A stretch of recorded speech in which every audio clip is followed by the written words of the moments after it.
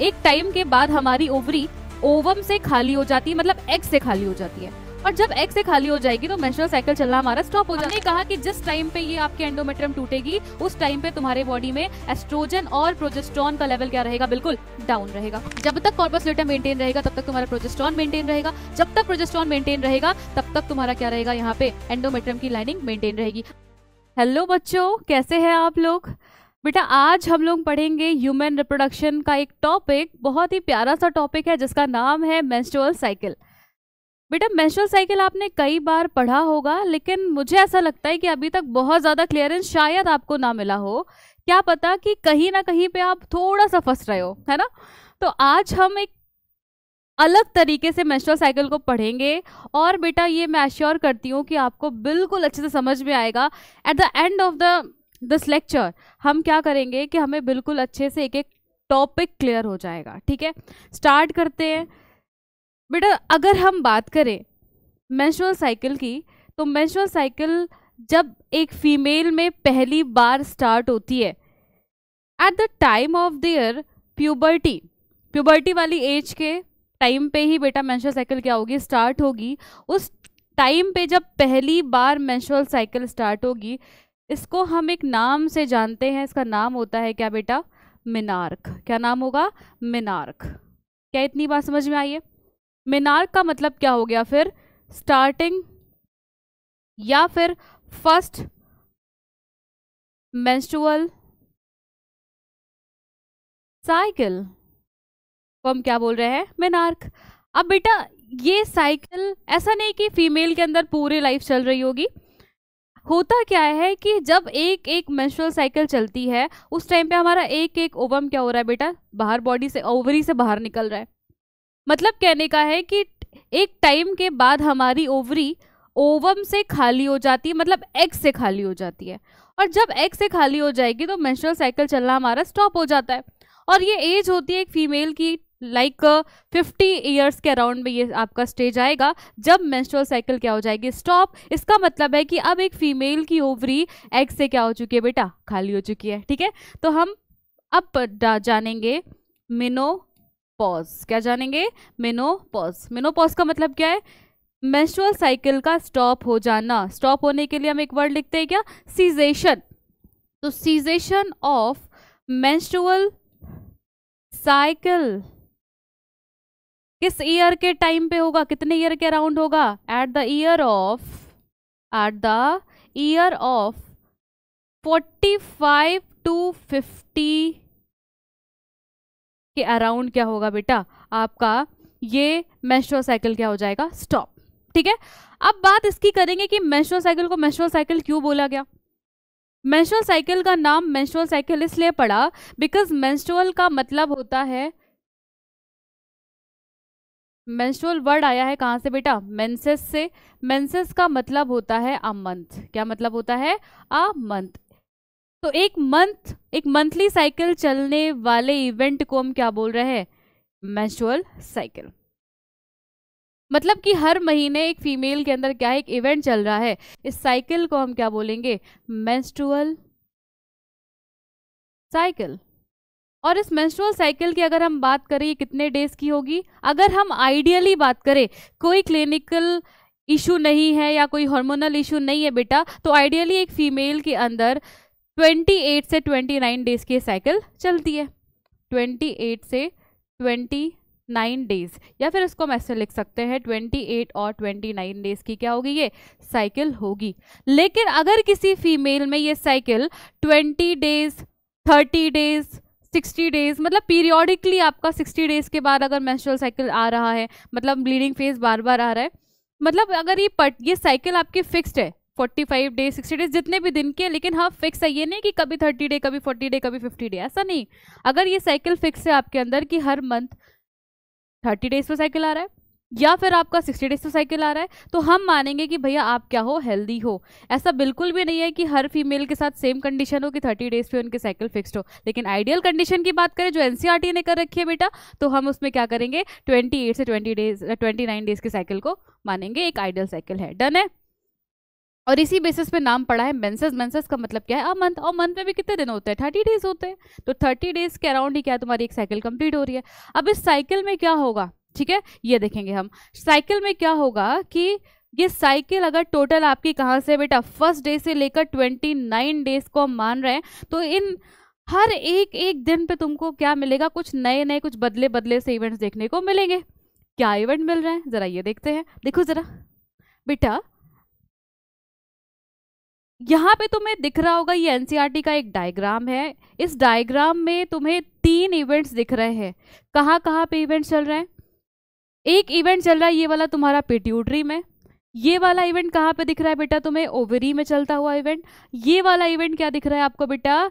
Uterus में चलता हुआ इवेंट। तो 3 इवेंट को हम यहाँ पे पढ़ेंगे, और बेटा इन तीनों इवेंट को ध्यान से सुनना, इन तीनों इवेंट को हम सिर्फ 2 पॉइंट से फटाक से एक्सप्लेन कर देंगे, और जितने भी क्वेश्चन नीट में आ सकते हैं बेटा फोड़ के तुम चले आओगे। बात समझ में आई है? अब देखो जरा हमें कैसे टैकल करना है इसको।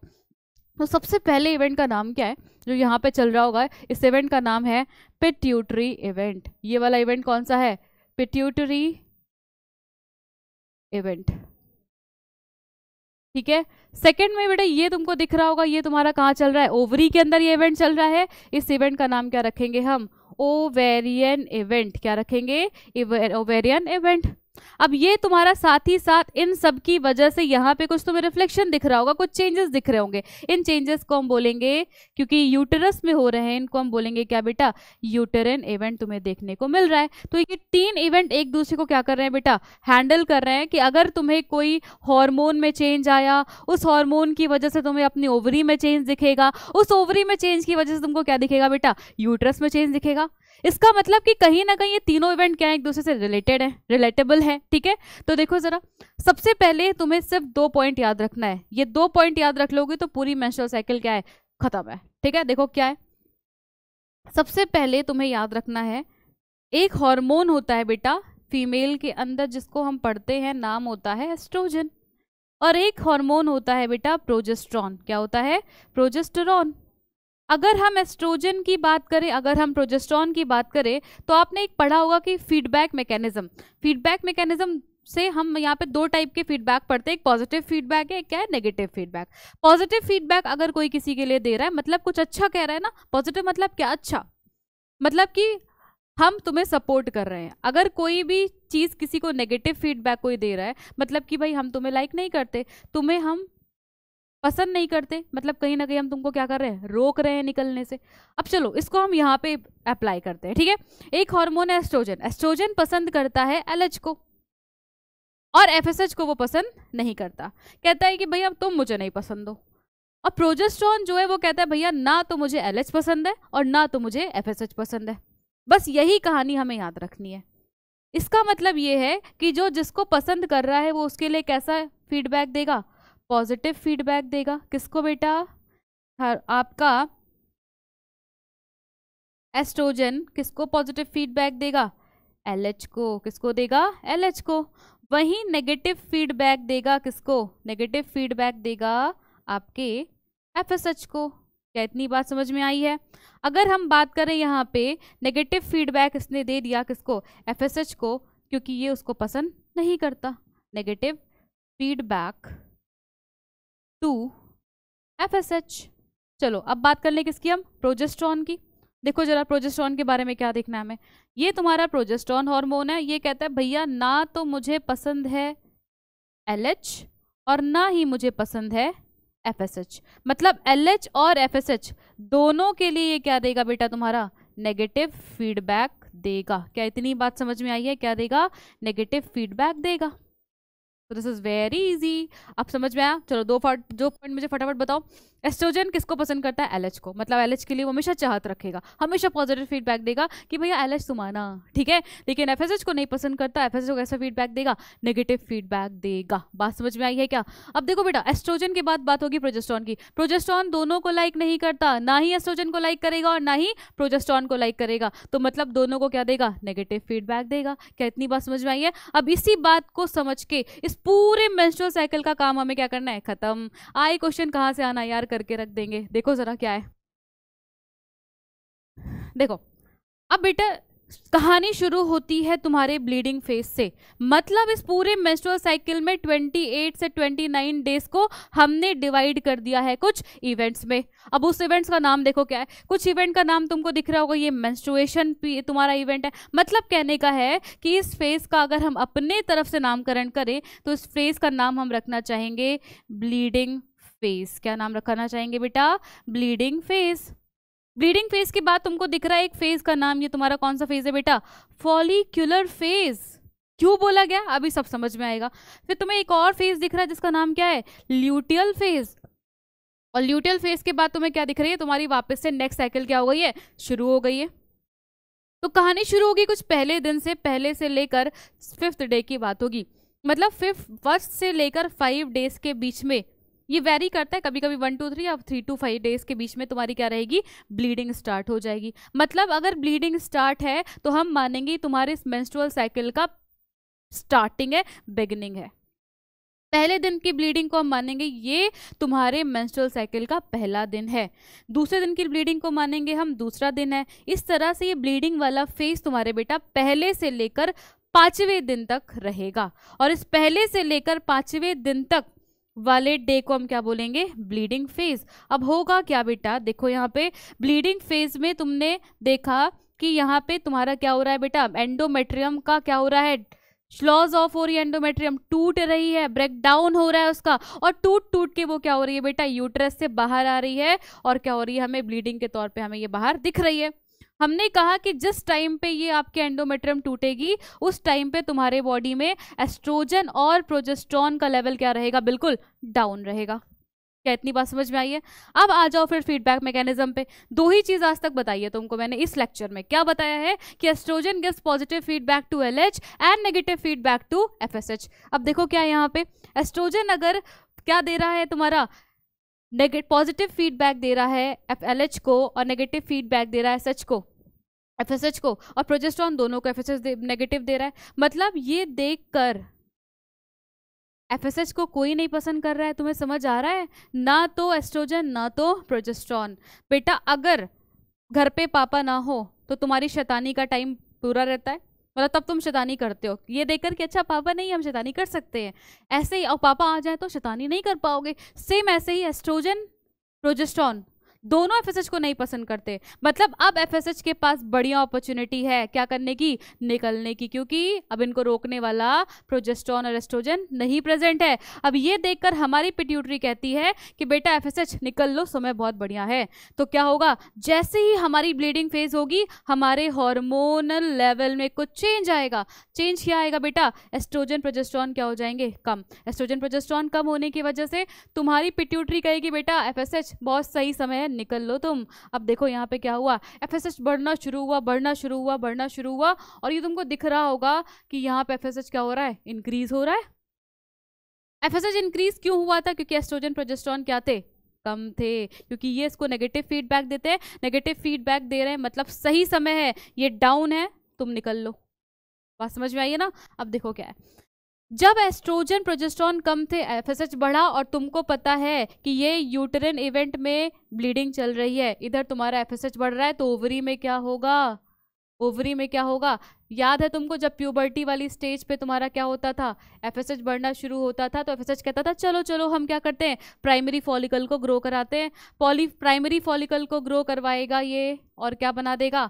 Secondary follicle. सेकेंडरी फॉलिकल को फिर से ग्रो करवाएगा ये, करा क्या बना देगा बेटा? Tertiary follicle. टर्शरी फॉलिकल को ग्रो करा के क्या बना देगा ये? Graafian follicle. कौन कर रहा है ये सारा काम? एफएसएच ही कर रहा है। क्या इतनी बात समझ में आई है? एफएसएच ने मतलब ओवरी के अंदर कुछ चेंजेस किए हैं, इस इवेंट को हम देख पा रहे हैं। एस्ट्रोजन कम होने की वजह से, प्रोजेस्टेरॉन कम होने की वजह से ड्यूरिंग ब्लीडिंग फेज क्या हुआ था? आपका एफएसएच निकला। एफएसएच ने जाके ओवरी में कुछ रिफ्लेक्शन किया, कुछ चेंजेस किया, हमारी ओवरी के अंदर हमारे ऊस साइड को डेवलप कराया, और ऊस साइड जैसे से डेवलप कर रहा है साथ साथ इसके कौन डेवलप कर रहा है? फॉलिकल्स डेवलप कर रहे हैं। तो देखो बेटा प्राइमरी फॉलिकल डेवलप हुआ, सेकेंडरी फॉलिकल बनाया, किसने बनाया? एफएसएच। एफएसएच का नाम ही क्या होता है? Follicular stimulating hormone. मतलब ये फॉलिकल को क्या करेगा? स्टिमुलेट करेगा। एफएसएच कौन रिलीज करता है? जल्दी से क्वेश्चन करो, बताओ जल्दी, मुझे आंसर थोड़ी देर में चाहिए, ठीक है? एफएसएच देखो फटाक से, एफएसएच क्या कर रहा है, एफएसएच क्या कर रहा है, चलो चलो ग्रो कराते हैं, प्राइमरी से सेकेंडरी, सेकेंडरी से टर्शियरी, टर्शियरी से क्या बना दिया, ग्राफिकन। अब बेटा ग्राफियन फॉलिकल्स और देखते हैं इन सब में अंतर क्या है। तुम्हें अगर तुमने थोड़ा सा भी पढ़ा है, जैसे क्या उस साइड का डेवलपमेंट पढ़ा है, तो बेटा फॉलिकुलोजेनेसिस पढ़ा है, तो तुम्हें पता होगा कि प्राइमरी फॉलिकल सेकेंडरी फॉलिकल के अंदर कौन सा oocyte होता है, प्राइमरी oocyte होता है, और टर्शियरी फॉलिकल ग्राफियन फॉलिकल के अंदर कौन सा oocyte होता है, सेकेंडरी oocyte होता है ना। अब देखो हुआ क्या है कि तुम्हारा यहाँ तक जैसे ही फर्स्ट से लेकर 5 डेज पे ब्लीडिंग फेज खत्म हुआ, तुरंत तुम्हारे क्या हो रहा है, साथ ही साथ तुम्हारा यहाँ से फॉलिकुलर सेल्स क्या हो रहे हैं, बढ़ रहे हैं, फॉलिकल का ग्रोथ हो रहा है। इस वजह से नेक्स्ट 6 से लेकर 13 डेज तक वाले फेज को हम नाम रखेंगे उसका फॉलिकुलर फेज, क्योंकि ये फेज वो वाला फेज है जब हमारे ओवरी के अंदर फॉलिकल्स क्या कर रहे होंगे, ग्रो कर रहे होंगे। और जैसे जैसे फॉलिकल ग्रो करेंगे वैसे वैसे तुम्हारा उस साइड भी क्या करेगा, डेवलप करेगा। मतलब कहीं ना कहीं फीमेल के अंदर क्या चल रही होगी, गैमेटोजेनेसिस चल रही होगी। बात समझ में आई है। अब तुम्हें पता होना चाहिए, अगर नहीं है तो बेटा कोई बात नहीं, अभी समझ लो। जैसे जो ये फॉलिकल सेल्स होते हैं ना बेटा, ये फॉलिकुलर सेल्स जो है बेटा, ये एक हार्मोन रिलीज करते हैं अपने अंदर से, जिसका नाम होता है एस्ट्रोजन। क्या नाम होता है, एस्ट्रोजन। तो समझो कि जैसे जैसे फॉलिकल सेल्स बढ़ेंगे, फॉलिकुलर सेल्स क्या निकालेंगे, एस्ट्रोजन। तो देखो इधर फॉलिकल का नंबर बढ़ रहा है, तो तुमको क्या दिख रहा है, तुम्हारे एस्ट्रोजन का नंबर भी क्या हो रहा है, एस्ट्रोजन का अमाउंट भी क्या हो रहा है, बढ़ रहा है, दिख रहा है।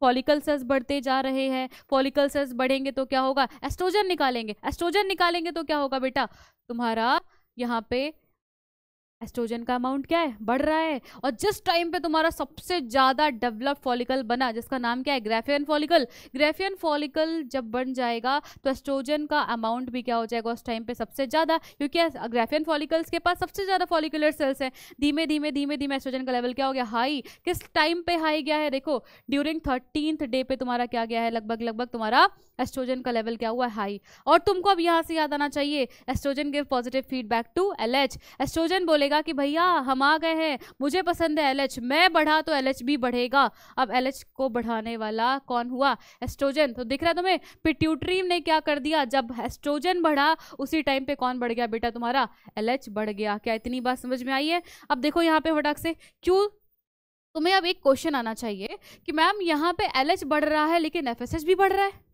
लेकिन मैम एफएसएच कम बढ़ पाया, एलएच ज्यादा बढ़ा है, इसका मतलब मैम सर्ज किसका आया है, एलएच का सर्ज आया है। बेटा क्यों एक थोड़ा ज्यादा बढ़ पाया, क्यों एफएसएच थोड़ा कम बढ़ पाया, इसका रीजन देखते हैं। देखो एस्ट्रोजन कैसे काम करता है। एस्ट्रोजन जो है तुम्हारा, एस्ट्रोजन कहता है, एस्ट्रोजन के पास इतनी अथॉरिटी है कि ये तुम्हारा हाइपोथैलेमस, ये तुम्हारी पिट्यूटरी, ठीक है। हाइपोथैलेमस को एस्ट्रोजन के पास इतनी अथॉरिटी है कि ये क्या दे सकता है बेटा, हाइपोथैलेमस से कहता है कि आप निकालिए क्या, GnRH। और GnRH का फुल फॉर्म पता है ना, गोनाडोट्रोपिन रिलीजिंग हार्मोन। ये जाके एक्ट करेगा किसके ऊपर, एंटीरियर पिट्यूटरी के ऊपर। और एंटीरियर पिट्यूटरी क्या निकाल देगी बेटा, तुम्हारी GN। और GN is of 2 type, LH and FSH। तो मतलब एक बार LH निकला और एक बार क्या निकला, FSH निकला, दिख रहा है। अब क्या होगा कि बेटा ये पॉजिटिव फीडबैक देता है एस्ट्रोजन किसको, LH को, तो आपके एंटीरियर पिट्यूटरी को डायरेक्टली भी स्टिमुलेट कर देता है, क्या निकालने के लिए, कहता है कि हमें हमारा फेवरेट वाला हार्मोन चाहिए जिसे हम पसंद करते हैं, उसका नाम क्या है, LH। मतलब दिख रहा है तुम्हें कि LH बेटा एस्ट्रोजन ने 2 बार निकलवा दिया, और 2 बार निकाला है, इस वजह से LH का क्या आया है, सर्ज ज्यादा आया है। और यहाँ पे तुम्हारा क्या है बेटा, FSH भी बढ़ा है, लेकिन FSH क्या हुआ, कम बढ़ा, क्योंकि FSH का सिर्फ एक सोर्स है, दिख रहा है, लेकिन LH का क्या है, 2 सोर्स है। इसीलिए 13th डे पे जब एस्ट्रोजन हाई हुआ था, उसी टाइम पे LH थोड़ा ज्यादा हाई हो गया और FSH थोड़ा सा उससे कम हाई हुआ है। इसका मतलब कह सकते हैं कि 13th डे पे हमारे साथ क्या हुआ है, हमारे यहाँ पे LH का सर्ज आया, और LH का सर्ज आते ही बेटा क्या होगा, पिट्यूटरी ने सर्ज दिया, ओवरी में आके इसका रिफ्लेक्शन दिखेगा, क्या दिखेगा कि ग्राफियन फॉलिकल क्या हो जाएगा, रप्चर हो जाएगा। और रप्चर होते ही तुम्हारा क्या हो जाएगा बेटा, 13 डे पे सर्ज आया और 14 डे पे क्या हो गया तुम्हारा, ओव्यूलेशन। और ओव्यूलेशन के टाइम पे कौन सा oocyte निकलेगा, तुम्हें दिख रहा होगा, ग्राफियन फॉलिकल के अंदर वाला oocyte, जिसका नाम क्या होता है, सेकेंडरी oocyte। क्या इतनी बात समझ में आई है। अब देखो यहाँ पे एस्ट्रोजन ने LH को निकलवाया, LH ने क्या कर दिया, रप्चर कर दिया किसका, आपके ग्राफियन फॉलिकल का। अब देखो ये 14th डे पे तुम्हारा मतलब हम कह सकते हैं क्या हो गया है, ओव्यूलेशन हो गया है। 14th डे पे तुम्हारा क्या हो गया है, ओव्यूलेशन हो गया है। ठीक है, अब देखो इस 14 डे के बाद ये जो तुम्हारे नेक्स्ट 14 डे है बेटा ये फिक्स्ड है, बाकी जितने भी तुम्हारे इवेंट्स है वो फिक्स्ड नहीं है। लेकिन जो भी तुम्हारा इवेंट कौन सा वाला है, 14 डे के बाद वाला इवेंट है, उनका डेज क्या है बेटा, फिक्स्ड है कि ये 14 डे तक ही चलेंगे। ये वाले डेज तुम्हारे वेरी कर सकते हैं, थोड़ा सा घट बढ़ सकते हैं, लेकिन ये नेक्स्ट तुम्हारा 14 डे क्या है, फिक्स। अब देखना क्या होगा, एस्ट्रोजन बढ़ा, LH बढ़ा, LH बढ़ा तो आके क्या किया इसने, ग्राफियन फॉलिकल का रप्चर किया। ग्राफियन फॉलिकल रप्चर करने के बाद तुम्हारा क्या हो गया, ओवुलेशन। और जैसे ही ओवुलेशन हुआ ये तुम्हारा ग्राफियन फॉलिकल अब क्या बन चुका है बेटा, कॉर्पस ल्यूटियम बन चुका है। और ये कॉर्पस ल्यूटियम एक्ट करेगा किसकी तरह, कॉर्पस ल्यूटियम एक्ट करेगा किसकी तरह, अब एक एंडोक्राइन टिश्यू की तरह। ये एंडोक्राइन टिश्यू क्या करेगा बेटा, प्रोजेस्टेरॉन का सिक्रेशन करेगा। क्या करेगा, प्रोजेस्टेरॉन का सिक्रेशन। मतलब जब तक LH है तब तक तुम्हारा कॉर्पस ल्यूटियम मेंटेन रहेगा, जब तक कॉर्पस ल्यूटियम मेंटेन रहेगा तब तक तुम्हारा प्रोजेस्टेरॉन मेंटेन रहेगा, जब तक प्रोजेस्टेरॉन मेंटेन रहेगा तब तक तुम्हारा क्या रहेगा, यहाँ पे एंडोमेट्रियम की लाइनिंग मेंटेन रहेगी। अब एक बार वापस से आओ, देखो क्या है, होता क्या है बेटा कि पहले दिन पे हमारा 1 से 5 डेज तक ब्लीडिंग फेज था। ब्लीडिंग फेज के टाइम पे एस्ट्रोजन प्रोजेस्टेरॉन कम थे, एस्ट्रोजन प्रोजेस्टेरॉन कम थे तो मतलब यहाँ पे ये देखकर तुम्हारा चांस था किसको बढ़ने का, FSH का, क्योंकि दोनों ही नहीं पसंद करते हैं FSH को। तब जब दोनों तुम्हें ना पसंद करने वाले कम होंगे तो तुम्हें बढ़ने का मौका मिलेगा ना, ये बढ़ गया FSH। FSH बढ़ने की वजह से तुम्हारे ओवरी में कुछ रिफ्लेक्शन दिखा। क्या चेंजेस दिखा कि जो तुम्हारे उस साइड पड़े थे, बिल्कुल प्राइमरी के फॉलिकल्स पड़े थे, प्राइमोर्डियल फॉलिकल्स पड़े थे ओवरी में, उनको डेवलप कराने के लिए कौन आ गया, FSH। बोला चलो चलो तुम्हें डेवलप कराते हैं। डेवलपमेंट हुआ, तुम्हारे प्राइमरी फॉलिकल्स ने क्या बना लिया, सेकेंडरी फॉलिकल, सेकेंडरी से क्या बन गया टर्शियरी, टर्शियरी से क्या बन गया ग्राफियन फॉलिकल। ठीक है, अब क्या होगा कि जैसे जैसे ये तुम्हारा निकल रहा है, जैसे जैसे तुम्हारा फॉलिकल बढ़ रहा है वैसे वैसे तुम्हारा क्या हो रहा है, एस्ट्रोजन बढ़ रहा है। एस्ट्रोजन बढ़ने के साथ साथ तुम्हें दिखेगा एस्ट्रोजन का एक फंक्शन होता है बेटा कि ये एंडोमेट्रियम की क्या करवाता है, एस्ट्रोजन ग्रोथ करवाता है। तो बेटा यूट्रस में देखो इसका अब एस्ट्रोजन की वजह से यहाँ पे तुम्हें कुछ चेंजेस दिख रहा है कि जैसे जैसे एस्ट्रोजन बढ़ रहा है यहाँ तुम्हारे यूट्रस की लाइनिंग भी क्या हो रही है, डेवलप कर रही है, दिख रहा है। प्रोजेस्टेरॉन कब आया, अब यहां तक तुम्हारा एस्ट्रोजन ने यूट्रस की लाइनिंग को मेंटेन करवाया था, लेकिन आफ्टर 14 डेज, 14th डे के बाद क्योंकि तुम्हारा कौन आ गया है, ग्राफियन फॉलिकल अब ओवुलेशन करने के बाद कन्वर्ट हो गया येलो कलर की बॉडी में, और ये येलो कलर की बॉडी को हम बोलते हैं कॉर्पस ल्यूटियम, जो कि एक्ट करेगी एक टेम्पररी एंडोक्राइन टिश्यू की तरह। अब ये क्या करेगी, अपने अंदर से प्रोजेस्टेरॉन निकालेगी। तो बेटा तुम्हें दिख रहा होगा कि अब धीमे धीमे 14 डे के बाद क्या हो रहा है, प्रोजेस्टेरॉन का लेवल क्या हो रहा है बेटा, बढ़ रहा है। दिख रहा है क्या, प्रोजेस्टेरॉन का लेवल किसने बढ़ाया, कॉर्पस ल्यूटियम ने। और प्रोजेस्टेरॉन के पास भी काम होता है, क्या काम है बेटा, कि ये एंडोमेट्रियम की लाइनिंग को मेंटेन करेगा और साथ ही साथ क्या करेगा बेटा, फॉर्मेशन भी करेगा। मतलब फॉर्मेशन एस्ट्रोजन ने भी किया, फॉर्मेशन प्रोजेस्टेरॉन ने भी किया। तो देखो यहाँ पे एंडोमेट्रियम की लाइनिंग थोड़ी और ज़्यादा बन गई, लेकिन एस्ट्रोजन मेंटेन नहीं कर सकता एंडोमेट्रियम की लाइनिंग को, मेंटेन कौन कर सकता है बेटा, प्रोजेस्टेरॉन। इसीलिए प्रोजेस्टेरॉन को हम बोलते हैं प्रेगनेंसी मेंटेनिंग हार्मोन। देखो यहाँ पे क्या है, अब एंडोमेट्रियम की लाइनिंग क्या रहेगी, मेंटेन। अगर एंडोमेट्रियम की लाइनिंग मेंटेन रहेगी, मतलब अगर हमने देखा कि 14th डे पे ओवुलेशन हुआ है, तो 14th डे पे ओवुलेशन के टाइम पे मान लो एक इधर तुम्हारा क्या आ गया, स्पर्म आ गया, तो दोनों आपका स्पर्म और ओवम क्या कर जाएंगे, मीट। स्पर्म और ओवम मीट करेंगे तो क्या बन जाएगा, जाइगोट। और हमारी हर एक मेंस्ट्रुअल साइकिल ये चाहती है कि बेटा प्रेगनेंसी क्या हो, कंसीव हो। और प्रेगनेंसी कंसीव होने की वजह से ही जब तुम्हारा यहाँ पे ओवम बढ़ रहा होता है, इधर तुम्हारी यूट्रस की लाइनिंग बढ़ रही होती है, और बेटा क्या होगा, जब जाइगोट बनेगा तो जाइगोट आके यूट्रस की लाइनिंग में क्या कर जाएगा, एंडोमेट्रियम में आके क्या कर जाएगा बेटा, इस तरह से फिक्स हो जाएगा, इम्प्लांट हो जाएगा। इम्प्लांट करने के बाद धीमे धीमे क्या होगी, एंडोमेट्रियम की लाइनिंग इसको क्या कर लेगी, कवर। और तुम्हारा तुम्हारे यूट्रस में ही, एंडोमेट्रियम में ही क्या हो जाएगा, इम्प्लांटेशन के बाद तुम्हारा एम्ब्रियो क्या करने लगेगा, लगेगा। इसका मतलब हमारी बॉडी ये चाहती है कि हर एक मेंस्ट्रुअल साइकिल के मिड में हमारी प्रेगनेंसी क्या हो, कंसीव हो। इसीलिए वो हर बार ये सोचकर बेटा अपने एंडोमेट्रियम को क्या करती है, मेंटेन करती है। बात समझ में आई है, एंडोमेट्रियम को क्या करवाती है, ग्रोथ करवाती है। तो ग्रोथ करवाने के बाद मेंटेनेंस का काम किसका है, प्रोजेस्टेरॉन। प्रोजेस्टेरॉन कहाँ से आया, कहाँ से आया बताओ। 14th डे पे ओव्यूलेशन हुआ था। ओव्यूलेशन कैसे हुआ था? जब ग्रेफियन फॉलिकल बना। ग्रेफियन फॉलिकल को रप्चर किसने कराया? एस्ट्रोजन जब बढ़ा तो एलएच को निकाला, एलएच निकला तो क्या हुआ? ग्रेफियन फॉलिकल टूटा। ग्रेफियन फॉलिकल टूटा तो बेटा क्या निकला तुम्हारा? ओव्यूलेशन हुआ, ओवम निकला, सेकेंडरी oocyte निकला। सेकेंडरी oocyte निकला तो बेटा क्या होगा यहाँ से तुम्हारा? दिस ग्रेफियन फॉलिकल, अब हम इसको क्या बोलेंगे, is known as corpus luteum. अब इस कॉर्पस ल्यूटियम ने क्या निकालना है? प्रोजेस्टेरॉन। मतलब जब तक एलएच रहेगा तब तक तुम्हारे कॉर्पस ल्यूटियम का कोई बाल भी बाका नहीं कर सकता, और जब तक तुम्हारा कॉर्पस ल्यूटियम रहेगा तब तक तुम्हारा क्या निकलेगा? प्रोजेस्टेरॉन निकलेगा। और जब तक प्रोजेस्टेरॉन रहेगा तब तक तुम्हारी एंडोमेट्रियम की लाइनिंग क्या रहेगी? मेंटेन। लेकिन लेकिन लेकिन अभी भी कुछ बात है बेटा। क्या बात है? कि अगर तुम्हारा प्रोजेस्टेरॉन एलएच का सर्ज हुआ है, एलएच का एक फेट है बेटा, एलएच को डाउन जाना ही जाना है। मतलब 28 डे पे ही क्या हो जाएगा? डाउन चला जाएगा। और अगर तुमको दिखा कि एलएच डाउन जा रहा है, एलएच डाउन हुआ तो तुम्हारा क्या होगा? कॉर्पस ल्यूटियम डीजनरेट कर जाएगा। कॉर्पस ल्यूटियम डीजनरेट करेगा तो बेटा क्या हो जाएगा तुम्हारा? प्रोजेस्टेरॉन का लेवल क्या हो जाएगा? कम। और प्रोजेस्टेरॉन का लेवल कम हुआ तो क्या हो जाएगा? वापस से तुम्हारी एंडोमेट्रियम क्या हो जाएगी? अब ब्रेक होना शुरू हो जाएगी। और ब्रेक होने के बाद तुम्हारा क्या आ जाएगा? फिर से वही कौन सा फेज आ जाएगा बेटा? ब्लीडिंग फेज, जिसे हम क्या बोलेंगे कि तुम्हारे मेंस्ट्रुअल साइकिल की फिर से क्या हो गई? स्टार्टिंग हो गई। क्या इतनी बात समझ में आई है? अब चलो देखो, हमने कहा था ना कि तुम्हें सिर्फ 2 फीडबैक से पूरी मेंस्ट्रुअल साइकिल हम पढ़ा देंगे। दिख रहा है तुम्हें?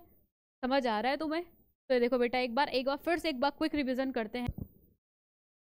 हम यहाँ तक पहुंचे थे, एस्ट्रोजन कम, प्रोजेस्टेरॉन कम। प्रोजेस्टेरॉन कम को देखकर बेटा एफएसएच बढ़ा, एफएसएच बढ़ा तो फॉलिकल्स बढ़े, फॉलिकल्स बढ़े तो क्या हुआ? एस्ट्रोजन निकला। एस्ट्रोजन ने क्या करवाया? एंडोमेट्रियम की ग्रोथ। एस्ट्रोजन बढ़ा तो एलएच बढ़ा, एलएच बढ़ा तो क्या हुआ तुम्हारा?